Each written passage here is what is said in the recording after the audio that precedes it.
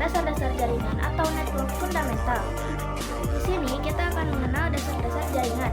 Sebelum kita mengetahui apa sih jaringan komputer itu, kita akan mengenal jaringan komputer itu bekerja, atau kita akan mencari tahu apa definisi dari jaringan komputer itu. Di sini kita sudah ada materi yang akan kita bahas kali ini, yaitu pengenalan jaringan. Jaringan komputer adalah salah satu sistem yang menghubungkan dua atau lebih perangkat komputer agar dapat saling bertukar data dan informasi. Tujuan utama dari jaringan komputer adalah memungkinkan komunikasi, efisiensi, serta kolaborasi antar perangkat dengan lebih cepat dan efektif. Nah, untuk di dunia digital yang sekarang serba canggih itu pasti penting untuk mengetahui bagaimana cara pada device-device atau perangkat-perangkat yang bisa saling terhubung. Di sini kita bisa lihat implementasi antar jaringan komputer.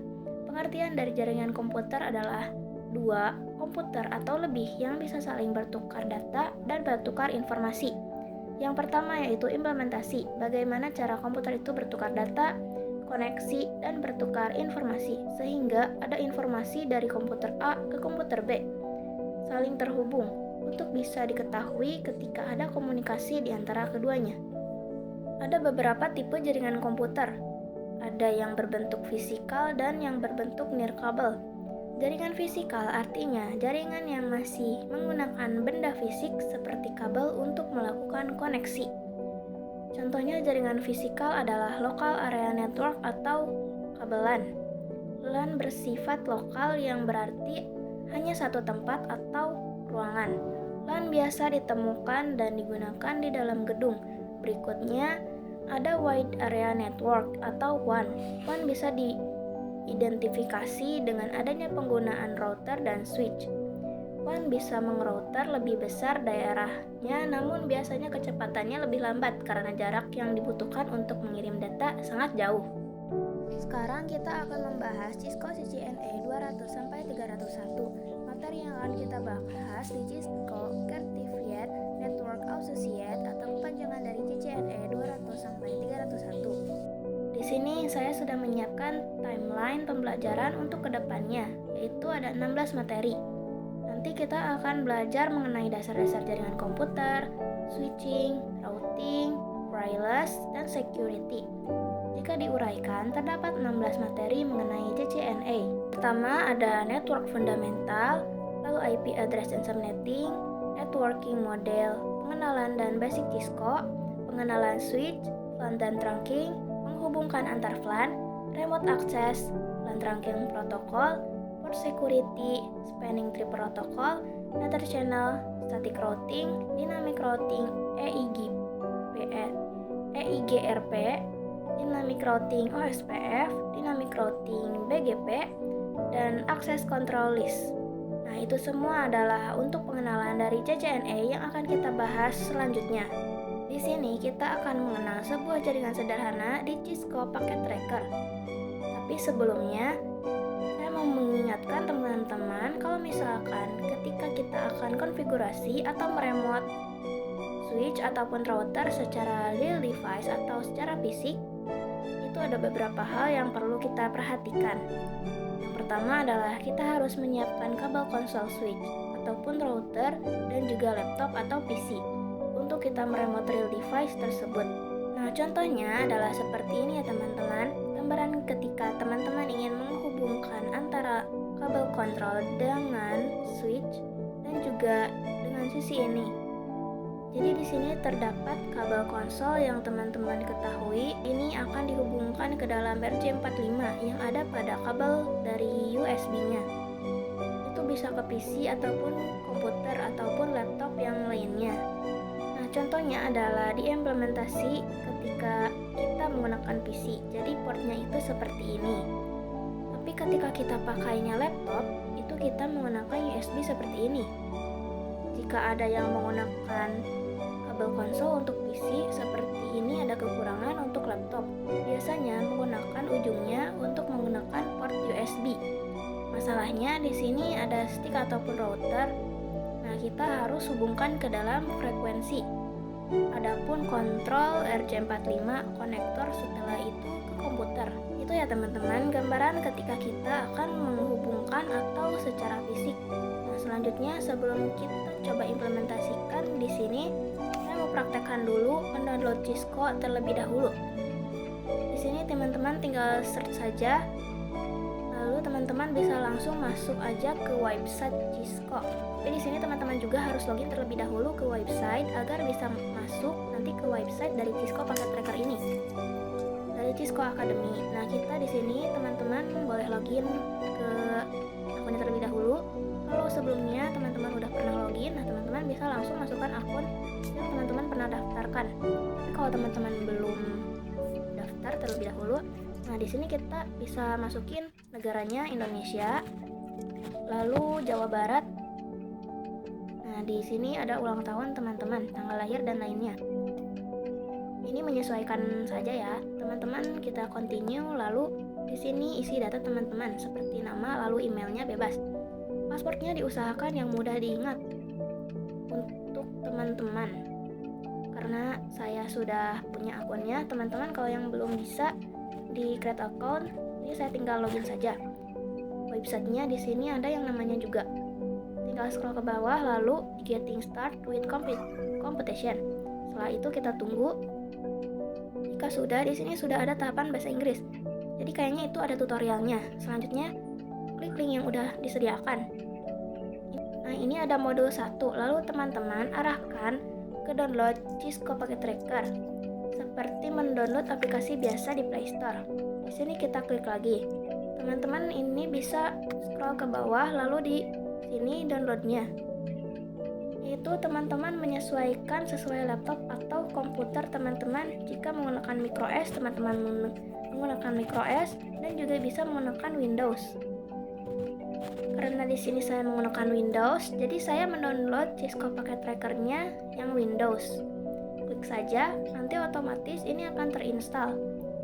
Tapi karena di sini sebelumnya udah punya instalasi Packet Tracker, teman-teman bisa menginstal Cisco Packet Tracker seperti aplikasi pada umumnya.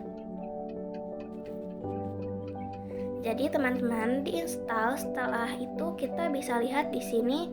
Kalau yang baru pertama kali masuk, kita tunggu dulu. Teman-teman wajib login terlebih dahulu. Teman-teman, ini adalah bentuk dari aplikasi Cisco Packet Tracker yang kedepannya nanti kita akan simulasikan. Kita juga bisa membuat topologi jaringan. Misal kita di sini akan membuat jaringan yang sangat sederhana, yaitu terdiri dari router, switch, dan juga misalnya di sini teman-teman bisa menggunakan kabelnya yang otomatis langsung menyambung. Nah, itu untuk aplikasi Cisco Packet Tracker. Di sini kita akan berfokus pada topologi supaya kita dapat dan paham itu bagaimana loginnya atau caranya bekerja router. Lalu bagaimana sih cara kita konfigurasi di stimulasi dari itu? Kita hanya cukup klik 2 kali saja. Contohnya, nah di sini bisa konfigurasi IP ya, jadi sedikit memudahkan. Tapi kalau real device-nya secara langsungnya kita full menggunakan CLI atau command. Interface menggunakan aplikasi yang namanya putih ataupun aplikasi semacamnya. Jadi nanti kita akan fokuskan pada mode CLI. Ini kita tidak menggunakan mode walaupun di simulasi ini ada konflik. Tapi karena di realitanya itu tidak ada seperti ini, jadi kita akan full menggunakan detail lain. Setelah itu di sini sebetulnya kalau di simulasinya tinggal konfigurasikan saja. Kalau misalkan di laptop kita menggunakan desktop, ya teman-teman, di sini harus di-on-kan dulu. Setelah itu kita ke desktop, terminal. Nah, baru kalau misalkan melalui PC atau komputer, kita bisa memulai remote atau konfigurasi. Nah, itu untuk pengenalan dari Cisco Packet Tracker. Selanjutnya kita akan coba menerapkan topologi jaringan sederhana dan mudah untuk dipraktekkan oleh teman-teman. Nah, sekarang kita akan membuat topologi sederhana. Langsung saja kita tambahkan switch dan juga 2 PC. Di sini kita tidak usah pakai router dulu saja karena kita hanya akan menggunakan switch dan juga PC. Nah, di sini kita menggunakan kabel untuk menghubungkan agar 2 sisi ini bisa saling ping atau bisa saling berkomunikasi satu sama lain. Kalau kita lihat before afternya ini teman-teman. Sebelumnya, gimana kita cara mengetahui kedua PC ini sudah saling terhubung atau belum? Yaitu, biasanya kita perlu menggunakan yang namanya identitas logika. Identitas logikanya adalah kalau misalkan kita ingin mengirim suatu barang, misalkan paket, kita ingin mengirim paket ke teman kita, tapi kita nggak tahu identitasnya, namanya siapa, alamatnya di mana, dan yang lainnya. Kita tuh nggak tahu cara gimana paketnya itu bisa sampai ke rumah teman kita. Untuk mengetahuinya, kita gunakan IP address. Di sini kita mengenal sedikit terlebih dahulu mengenai IP address. IP address ini adalah suatu alamat pada jaringan komputer untuk memudahkan kita untuk mengetahui identitas yang ada pada komputer ini. Jadi ketika kita akan menghubungkan atau mengirimkan paket ke PC 2, kita itu udah tahu nih IP address-nya. Kita di sini masukkan IP-nya untuk PC 1 dan 2. PC 1 yaitu 192.168.1.1 dan untuk PC 2 IP-nya 192.168.1.2. Untuk menentukan IP address ini, kita perlu mengetahui beberapa aturan. Di sini kita langsung masuk ke IP dan klik desktop lalu IP configuration. Masukkan IP yang tadi, lalu subnet max-nya 255.255.255.0. Jika kita akan konfigurasi IP address, pasti di bawahnya juga kita harus isi yaitu subnet max. Lanjutnya ke PC 2, kita konfigurasikan IP-nya 192.168.1.2 dan subnet max-nya 255.255.255.0. Lalu kita coba untuk mengirim pesan. Jika successful artinya berhasil dan ini sudah saling terhubung atau bisa saling berkomunikasi. Selain mengirim pesan, kita juga bisa ping untuk jaringan ini. Langsung saja klik PC-nya lalu ke menu desktop dan komen. Lalu ketik ping 192.168.1.2. Ini untuk PC 1, kita gunakan alamat dari PC 2.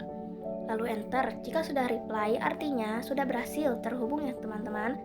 Ping ini fungsinya juga sama seperti kirim paket tadi, untuk mengecek apakah sudah terhubung atau belum antara PC 1 dan 2. Lalu sebaliknya, jika ingin tahu bagaimana kalau tidak terhubung, kita langsung saja ping lagi dan IP-nya 192.168.1.3. Nah, IP ini tidak ada yang memiliki karena kita hanya ingin tahu perbedaan yang sudah terhubung dan yang belum terhubung. Nah, dari sini kita bisa bandingkan mana yang sudah terhubung dan yang belum terhubung. Jika yang terhubung itu reply dan yang belum itu request timeout, dan itu artinya tidak terhubung. Selanjutnya kita akan membahas yang namanya TCP/IP dan transport. Transport layer adalah lapisan transport. Nah, transport ini gunanya untuk apa sih? Gunanya untuk mengatur pengiriman data dan memastikan keandalan komunikasi antar aplikasi pada host yang berbeda. Protokol utama transport layer ini dibagi dua lagi nih teman-teman. Ada yang TCP dan ada yang UDP. Di sini kita bisa lihat ada HTTP.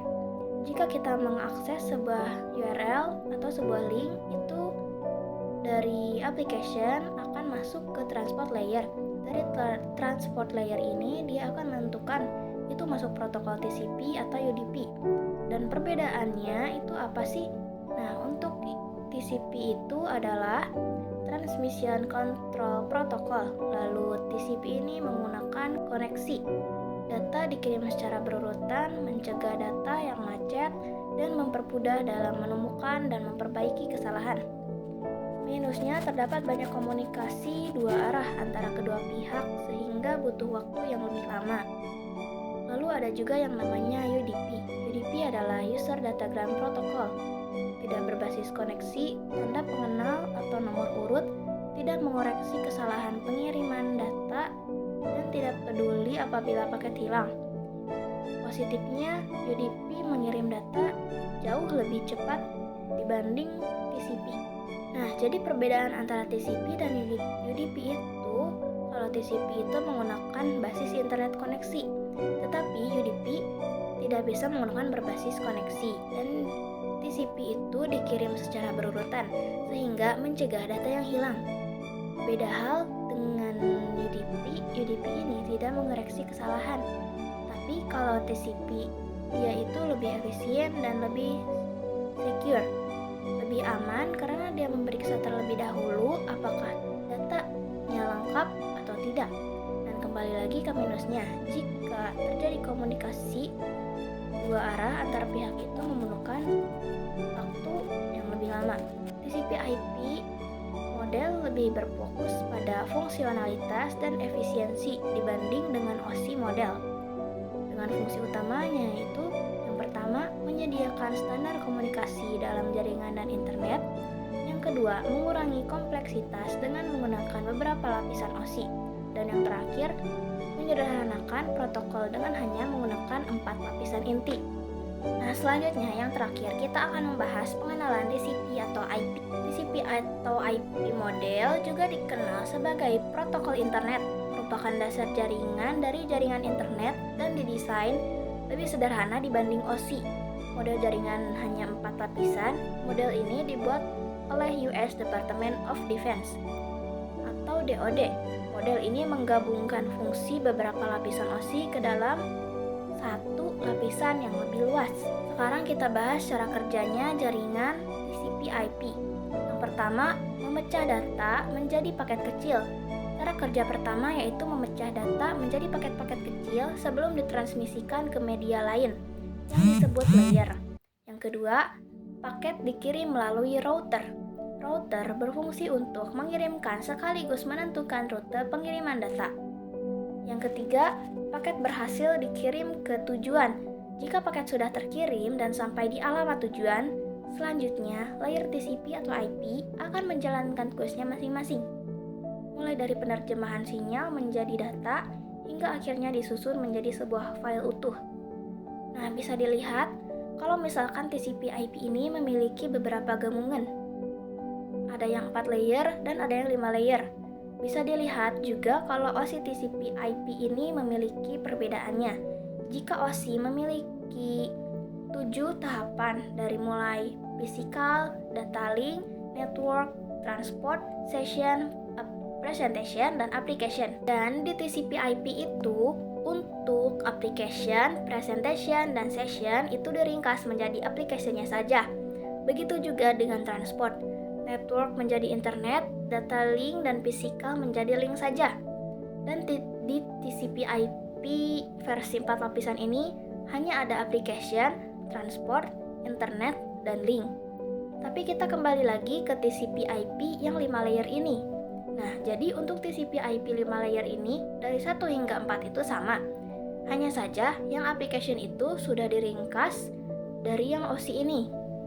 Dan yang tadinya OSI ini memiliki 7 tahapan, tapi karena ke TCP/IP hanya menjadi 4-5 tahapan saja. Nah, jadi itu adalah sebuah perbedaan dan fungsi antara OSI dan TCP/IP. Semua materi sudah saya jelaskan dari mulai pengenalan jaringan hingga yang terakhir pengenalan TCP/IP. Semoga materi ini bermanfaat bagi teman-teman yang sedang belajar tentang jaringan. Terima kasih telah berkunjung di channel Harta Kecil. Saya Putri Alia Maharani. Wassalamualaikum warahmatullahi wabarakatuh.